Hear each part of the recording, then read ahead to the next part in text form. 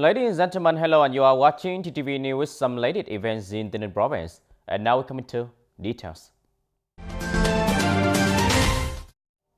Ladies and gentlemen, TayNinhTV province has effectively implemented the receive and handling of legitimate requests from people related to the pandemic prevention through information channel such as TayNinhTV Smart application, fanpage 1022 TayNinhTV on the social network Facebook, Switchboard 1022, Zalogate 1022, and online Q&A system.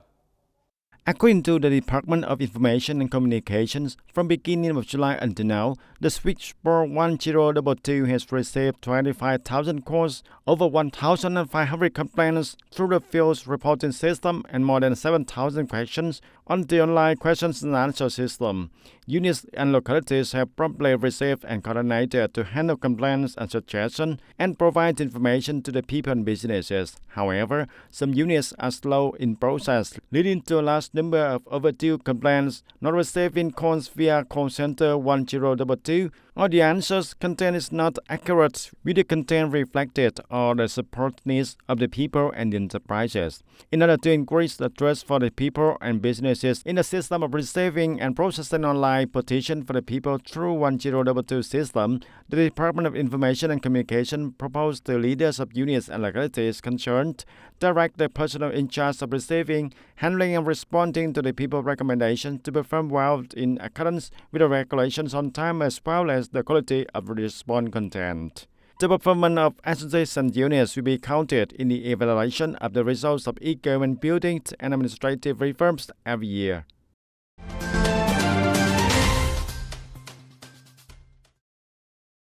And ladies and gentlemen, according to the program of the second section, the 15th National Assembly, the second section of the National Assembly will gather at the House of the National Assembly from November 8th to November 13th of 2021.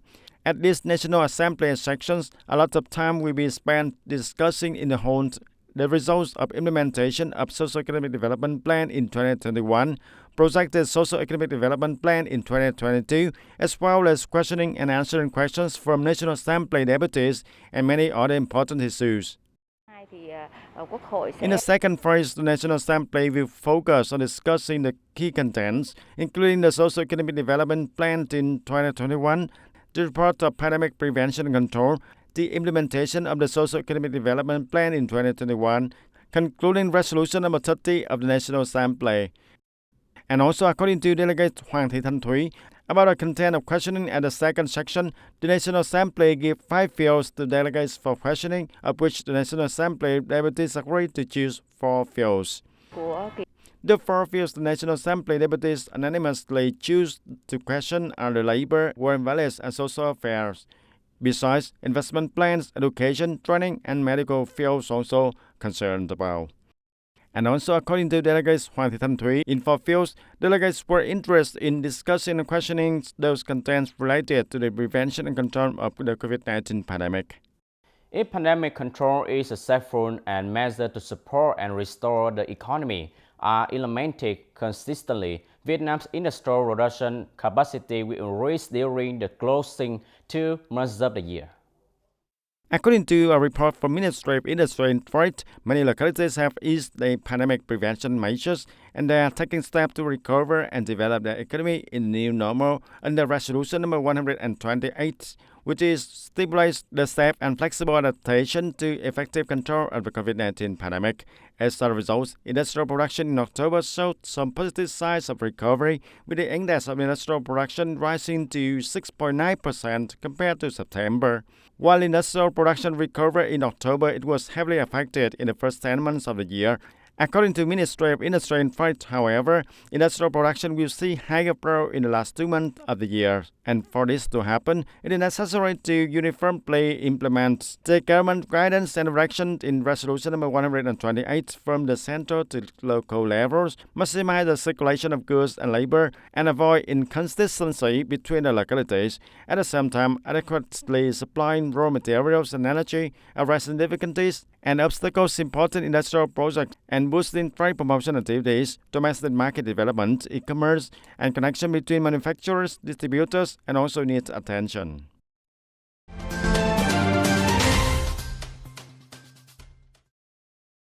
And according to a scheme to develop cashless payments in Vietnam in the 2021 to 2025 periods, total value could reach 25 times GDP by 2025, with those in e-commerce to account for half. The government will complete the legal corridors and policies and upgrade infrastructures to reach the goal.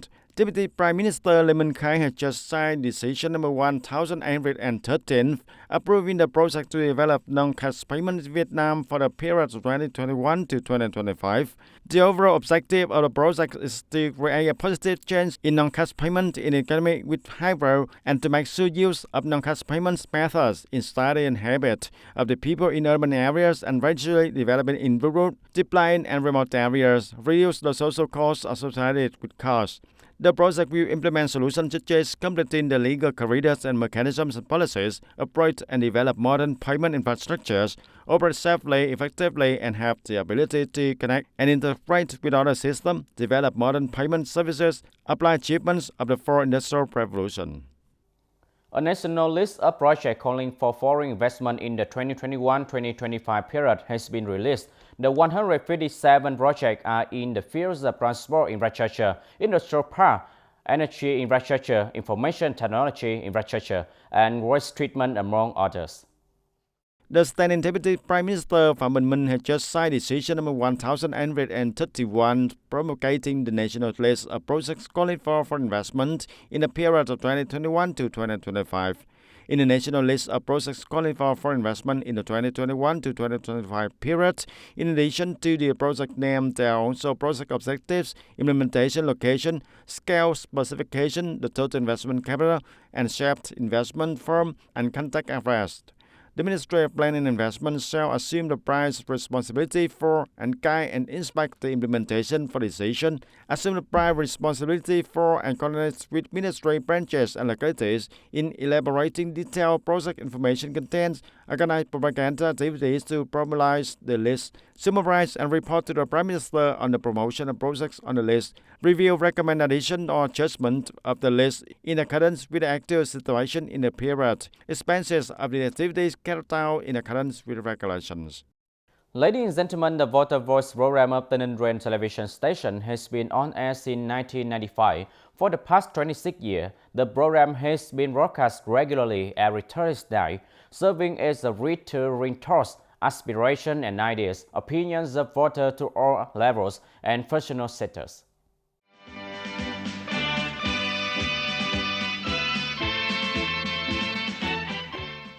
From November the 7th, the program Voice of Voter will be broadcasted at 20 every Sunday night instead of every Thursday. With this time frame, we have voters who have more favorable time watching program. Since broadcasted in March of 1995, the program Voice of Voter has quickly become one of the most noticed programs, receiving the most response from audience of the radio television station. The first editors of the program were skilled journalists who have cut out many story topics, reflecting honestly and vividly the concern and pressing concerns of voters. The film reporters accompanying the program have forget the spirit of commitment, dedication, love to the job, and affirmed the name in the newspaper sector. The passion for the profession and commitment of the previous generations were passed on to the next reporters and editors who implemented the Voice of Voters programs. And the journalists who have been in the program have received a lot of love from the voters also. Not only reflecting the thoughts and aspirations of voters, the program has really become a bridge to bring the resolution of the Provincial People's Council and the state legal policies to voters, and many voters have been with the program for a long time. I myself very interested in the Voice of Voter program, which I find very practical for the people. The opinions of the people are considered and handled satisfactorily. I like that program very much. I will mobilize the people to watch and comment for the program also. And currently, associate unions and authorities of the province have regularly coordinated to work, provide information, feedback, and explain the opinions of voters in the programs. This will rise by the Voice of Voter programs will respond to go in varying degrees. The Voice of Voter programs of the radio and television station is a staple program with a long history of broadcasting. Through monitoring, I realized that every year the station has changed the content and have new ways to do things. The program's reflection help bring people's opinions to the authorities to be recognized and some extent solve the pressing issues raised by the voters. And as a representative of agency of voters, the People's Council of Taynan Province has always supported the program editorial board to approach and interview authorities to quickly provide feedback to the voters. And those who participate in the program editorial board always follow the program with enthusiasm and responsibility. Our task is continuing to improve the content of the program's Voice of the Voter in the future, which is one of the important tasks, and that will satisfy the want of the voters and the desires of the provincial leaders. In the past, we have promoted the contents of the broadcasting program, and through this program, there are many policies and mechanisms that are approved and implemented to bring the benefits for the people. And the Voice of Voters program implementation team will continue to keep the flame of enthusiasm, promote the sense of responsibility of our predecessors, and strive to implement the program more and more innovatively and effectively, acting as a bridge between the authorities and voters in conveying policies and guidelines, as well as conveying the reflection and legitimate recommendations of residents to the authorities. Ladies and gentlemen, that's all for TTV News today. Thank you for joining with us and see you next time.